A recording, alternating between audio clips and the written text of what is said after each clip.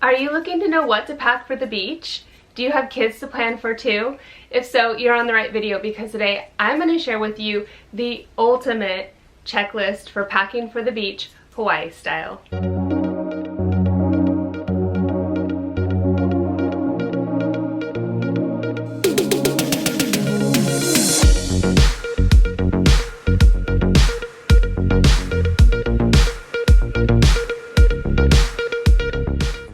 Aloha everyone and welcome to today's video, Packing for the Beach, the ultimate checklist. My name is Iceland and on this channel, Treasurecmemories, we share our adventure videos, have product reviews, and more. So if you're new and this interests you, please consider subscribing. And if you want to know more about anything you see on this channel, be sure and check the links down in the description below this video or leave a comment. I'd love to connect with you there. Now, let's get into this packing for the beach. Today, I wanted to share this with you guys because I learned really fast here about packing for the beach and became a pro at it. If you're new to this channel, we used to live in Oregon, now we live in Hawaii. We have two little kids, Lucas and Sindel, and Micah and I love to spend our weekends on the beach when we can. So let me do you a huge favor here. When you pack to the beach, the less you pack, the better, because when you come home, anything that's been at the beach is going to have sand on it and you're going to have to clean that. So keep in mind going forward here that this is the ultimate checklist. So this is like if you want to spend all day there, you don't want to forget anything, you don't care about having to clean anything up off the sand, it's not going to be some short little quick trip, kids are having a meltdown, wrong time of day, way too hot, and you try to track all this. So then I'm also going to have this list for you down in the description below. You can go and check it out there. I'm going to have all this stuff linked for you as well too, so don't forget to check the description. And then pick through the list when you're going and decide what works best for you. And again, I can't stress this enough. Do not pack excess if you don't have to. Like, we almost barely anymore. Our swimsuits, some water to wash off, drinks, and a few snacks. And of course, life jackets. And sunblock. But enough of this short little talk. Let's get into the real checklist. Importance of first, let's talk about sunblock. You're going to want to get reef safe, and most likely, even if they say reef safe, they're probably not reef safe. I don't even think this is reef safe. Our skin is toughened up here, so we can almost get away with a beach trip and not even needing any sunblock. And then one of my hugest pet peeves is when I see people slather this stuff on and walk right into the water. That's just gonna wash it right off, even if it says waterproof. You need to let it sit on your skin 10 to 15 minutes before you get in. It's so hard on the reefs. I can't even tell you, my heart hurts. If you can cover up, I recommend that even better, or hiding under the shade. Another thing to keep in mind here is in 5 or 10 minutes, you can be sunburned. No joke, especially if your skin has not seen any sun. I see sunburn after sunburn after sunburn after sunburn here. So get some reef safe sunscreen. I'll link this, and I'll link some actual reef safe stuff for you down in the description below. Get some good sunblock and put it on well before you go, maybe even before you leave the house, because another thing is you get to the beach, it's gonna get sand in it, it's gonna get sticky. That's not gonna be fun to rub around on your skin. Put it on before you leave if you can. Next up is swimsuits for everyone. Got this Shutterfly bag here that sometimes I'll throw them in if we're leaving the house in our clothes. This is really easy to wash, get the sand out. So Lucas, he usually wears a top and a short. Cindel's got her swimsuit and a wrap to help protect more of her skin. Micah's got his shorts, and sometimes he'll wear a shirt, sometimes he won't. Always working on that tan. Alright, and then for me, get my swimsuit. For the most part, I usually wear a bikini and one that covers as little as possible because, you know, tan lines. And it is like a big thing for girls to wear bikinis where most of your behind shows. And then a really lightweight cover up, so then if I've got to like run inside to a store really quick for a snack or some to-go food, I got this one and I absolutely love it. It's sheer and kind of see-through, and so that way I don't get all hot and sweaty and gross trying to carry stuff, and I have something to protect my swimsuit so it doesn't get snagged. And then it's really easy to just, when I'm beach, take it off, and then I just can shake the sand off of it when I get home. Really easy to wash and dry. And then I recommend putting your swimsuits on before you go to the beach if you can. Sunglasses, they are super important to have. I love to wear mine. I'm a big lover of the Maui gyms here. You can see the water and it takes that reflection off of it and it just looks so much more amazing. You can see the depth so much more better, and where it's not as deep, or sand or rocks or whatever. The kids used to be really big about wanting theirs when we get into the car. For the most part, it almost just seems like one more thing that I'm coming home with and washing sand off, and they really didn't get used in the first place. But it is really important to protect your kids' eyes from the sun, especially if they're light, so they don't get sun damage. So we do try to make Lucas and Sindel wear them as much as we can. Next up is life jackets. You can go actual full-on life jackets, or you can do puddle jumpers. You've got to pick that discretion for yourself. I have one here for each of them, and they absolutely love these. They can hold their head above water easier and swim easier. And we've got this bag here from the electric company that we keep them in, and then towels, throw them in on top. Probably even fit a few sand toys in here, and good to go, just like so. Works perfect. I can rinse this off with water, hang it out to dry outside, get all the sand out, and bring it home, wash the towels. Super easy. Sometimes even throw their shoes as soon as we get to the beach, or sandals, because they don't like walking in the sand with them on if they can have them off. And so I don't mind just throwing them here in this bag. So this is pretty much a set theme that we take every time we go. We usually regret if we don't bring their puddle jumpers because they love to play in the water. In the beginning, when they were really little, we wanted them to have full-on life jackets. You just don't mess around with the ocean or the waves here. You don't want to be that parent that is needing your children rescued. So we went Speedo brand. They're super soft, fairly movable for the kids to move around in. And then this one is not considered a true life-saving life jacket. So make sure you know what you're buying and that they're weight appropriate. Sindel wore a true red one. I don't know where that one is even right now, probably in another closet or something. But yeah, do what you're most comfortable with, especially if your kids don't know how to swim or haven't played in water before. And next up is sand toys, and you're not gonna need a lot of these. Just probably a shovel or two for each of them. Right now this has a little too much excess, and I don't want to pull it all out everywhere because as you can see there's sand. If you have a son, maybe some construction trucks you can push around. They actually don't play with this stuff too much. I think sand toys are a little bit overrated.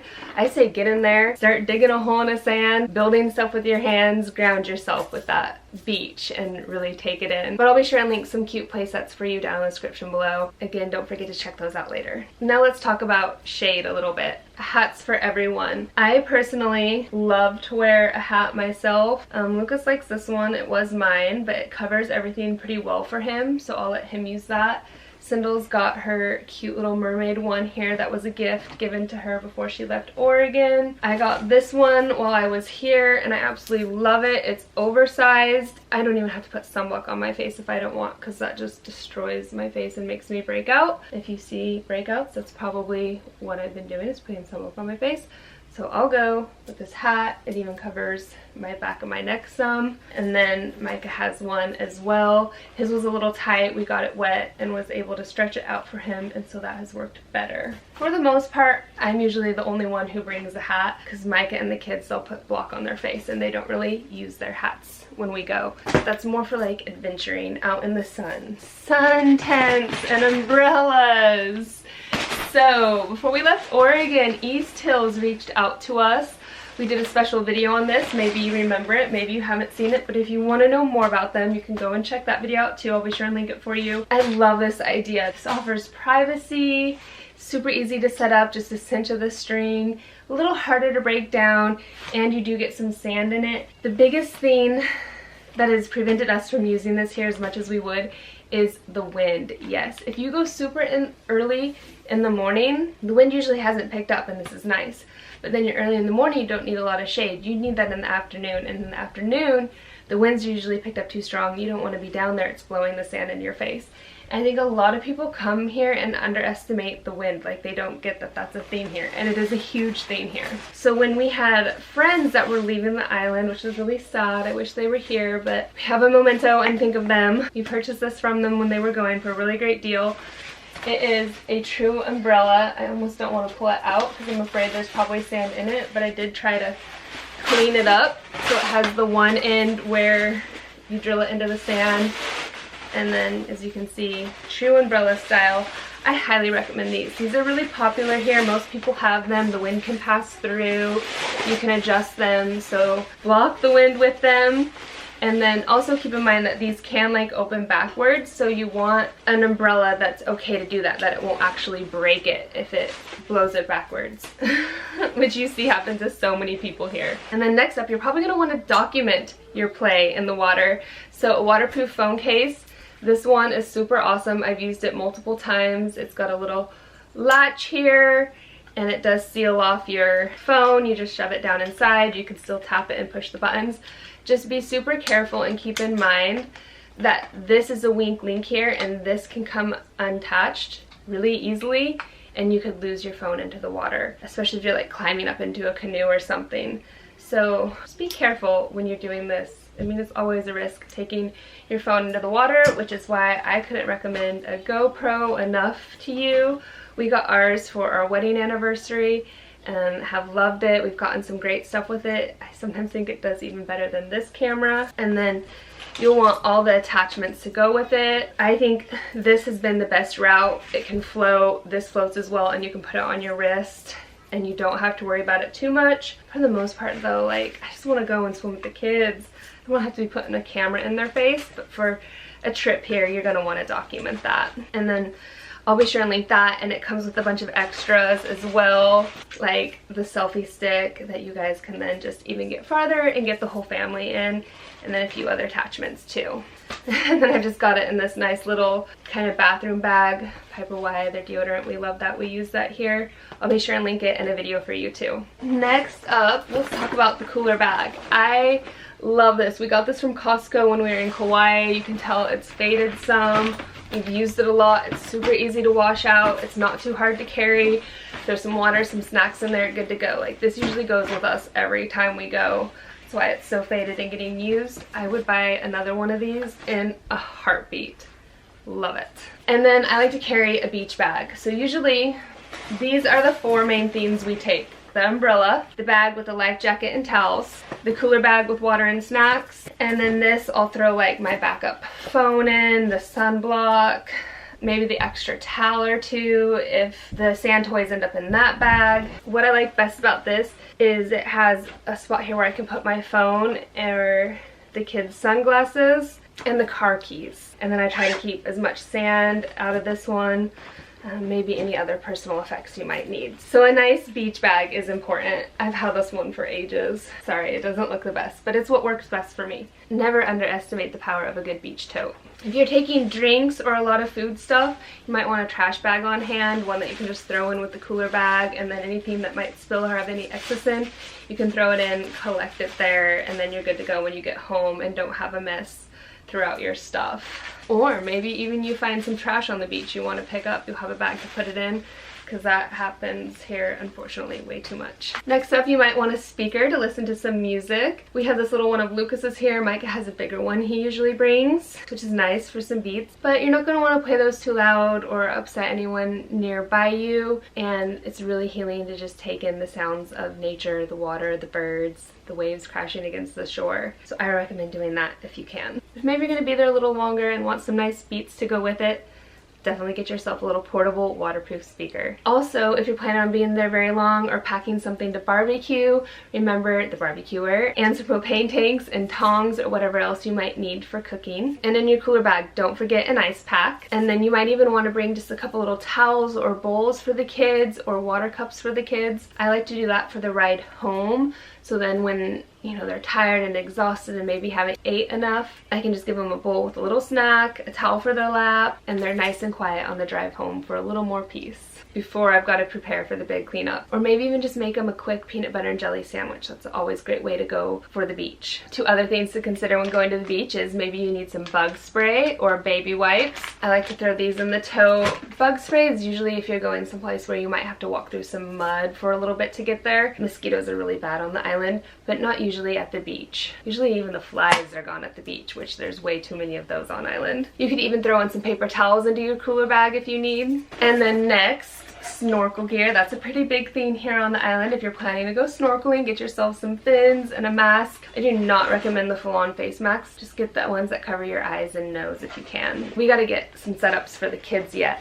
Mine I was not as impressed with as I thought I was going to be. The latches didn't want to stay. If you have any good snorkel gear, drop it down in the comments below. I'd love to know what you like. We need to use ours more. And then lastly, if you have any like leftover juice containers, like big large containers or milk jugs or some sort of water jug to wash your feet off or whatever you can when you get back to the car, it's going to be a game changer for you as well. You see a lot of people with the pumps and they're just spraying their feet, their boogie boards off. If you want a boogie board, don't forget a boogie board. And that about wraps it up for all the things that you could take to the beach for the ultimate beach packing list here that I've made for you guys. Some other things to consider when going to the beach. Go earlier, beat the sun, don't get sunburned. Get those earlier rays, they're healthier for you anyway, and the ocean is going to pick up the later you go into the day and be harder to play in. Or go at sunset and enjoy the sunset. And then another game changer is if you're rushing to get out in the morning and you don't want to be overstressed with packing for everything, just get some breakfast to go. Eat it there on the beach, put it in a trash bag, and you're done. Barely even need to pack any snacks then. So remember, I'll have this whole list and everything linked for you down in the description below. You can go and check out more there. I hope you learned something new in this video. I hope it helped you. If I missed anything that you want to add to this list, drop it down in the comments. Thanks so much for watching today. Don't forget to subscribe, share our videos where you can. We'll see you in the next one. Aloha!